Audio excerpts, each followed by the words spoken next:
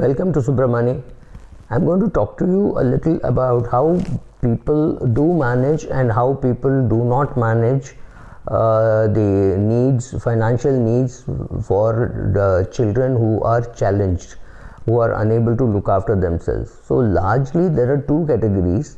One where the child is completely not capable of taking care of himself financially and physically, obviously mentally.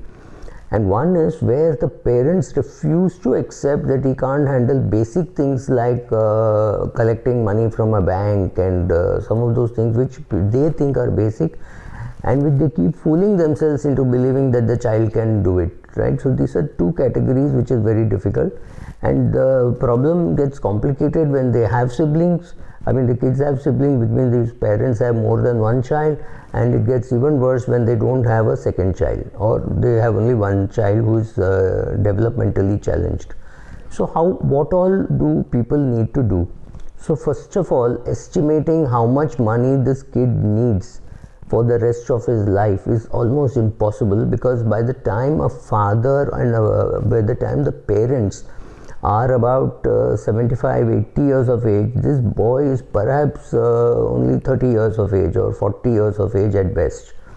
So 40-year-old son and a 75-year-old father and a 75-year-old mother or a 70-year-old mother, this combination is very, very difficult. I have found conversations very difficult with parents to tell them that, look, your son is not capable of looking after his finances, or your daughter is not capable, so please find, oh no, he goes to the gym regularly, he goes to his class regularly, attends picnics, and wherever he goes he gets good recognition, etc., etc.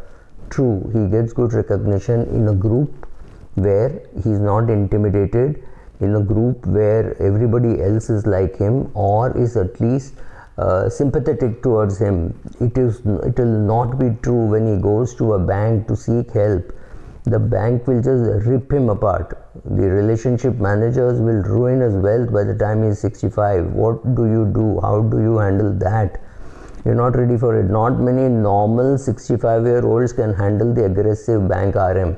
How will a person who is slightly more challenged, either physically or mentally? Actually, physical challenge is still okay, because if he is mentally alert, he will be able to find his way in the world. But if he is mentally a little slow, it's very difficult for parents to handle. So first of all, create excellent quality documentation. Please remember that this child of yours is a special child and will need all the documentation help. Please sit with a lawyer and make sure you do all that is required to make his life or her life better after you have gone. And for heaven's sake, accept that you will die much before the kid under normal circumstances. So you're talking of preparing the kid's life for maybe 50 years, and that's not small. So estimating money requirement for 50 years, estimating how the asset allocation for 50 years, estimating who is going to look after the kid for that long a period of time. I mean, no longer a kid, and especially if he is partly capable of understanding what he is to do, because then you have to worry about ego with the sibling also, because the sibling may have 2-3 problems. One is sibling may have some kind of a guilt feeling that I have to look after my brother or sister, so he may or may not do it. Sibling being put into a financial bind because he has to look after his brother or sister is even worse. So it is the parental duty to provide for the money for the kid. I know it may be very difficult, but it is your job. Don't expect the sibling to do it. The hatred will only increase. You're very lucky that by the time the kids are 40-45 years of age, hopefully the sibling rivalry would have come down, but it is possible that your child who is actually gifted and doing very well, very successful, may have childhood feeling that parents were paying more attention to him or her than to me. So that anger you cannot remove. And secondly, if your child is partly capable of understanding what's happening, he may not want the help from a sibling, right? So you have to through all this tumultuous thing about money and feelings and how much of property to leave. Like I know a guy who is now 63, 64, not very capable of handling his money, but luckily parents are alive and parents have a very big portfolio. Parents have a house, and luckily he's got a sibling and she is willing to look after him, so they all stay very close to each other. And therefore the brother, who is the elder brother, is almost guaranteed that lifelong somebody will look after him. He does not have too much of an ego, accepting that he doesn't know all this. But the sister tries pushing him, going to the bank and taking him to the bank, taking him shopping, teaching him online shopping. He can do many of those things. He's fairly intelligent, who had some problem, right? So that is a different case where he has completely accepted that the brain work of where to invest, etc., will be done by his sister and by his nephew. He's completely dependent on his nephew, and that's a happy problem. Nephew is also about 32 and is not planning to get married. So the kaka now has, or the mama now has some choice of somebody will help him for the rest of his life. But everybody is not so lucky. So documentation has to be good. You have to leave a lot of money, because money will have to be in very, very simple products. If your kid is already crossed 50, I would suggest that you buy annuities with all the money that you can afford to give it to him.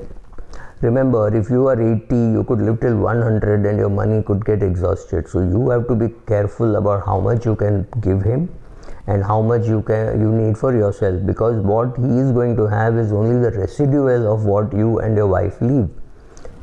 It is very complicated. Please don't think you can do it yourself. You cannot do it. I can assure you that you cannot do it. People make a mess. You need a will, you need a living will, you need a caretaker, you need a trustee. Who should be the trustee? Should it be a friend? I would think a trustee company makes more sense, simply because a trustee company will mean somebody will be there. If you make your friend could be your age and die much before your son needs, or some nephew, some cousin of yours who is much younger, 20 years younger, but may not be willing to do. He may migrate to New Zealand, he may migrate to Australia. Is he going to look after your child's requirement in Pune or Nagpur? I doubt whether he can do it, right? So trustee company which is available should be appointed, so that they will make sure that somebody is available to look after. Trustees will invest in the most boring assets called bank fixed deposits, because nothing can go wrong with that. They don't want a court case filed saying the NAV has gone down, right? So they will be in the dullest possible, worst taxed product like annuity and bank FD, right? So which means you need a much bigger amount, because it has to last 50 years. So please, I am not giving any solutions here. I am saying if you have a challenged child or a sibling and your parents have not done enough, please push them. Create good quality documentation.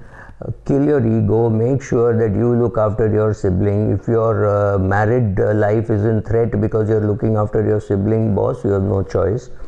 Make sure that the sibling stays very close to you, if not in your house. If your sibling who needs help is not violent, it may make sense for you to buy a bigger house and accommodate him inside the house. However, if you think that is not possible, then buy a big house and buy a neighboring house and make sure that he lives there or she lives there, because if they are not that clear, if they are not that near, you will have problems when things like COVID and all happen. Like even if you are in Bombay and Pune, you may not be allowed to travel, right? So these kind of hassles you don't want. So make sure that you are in the same building, same location, right?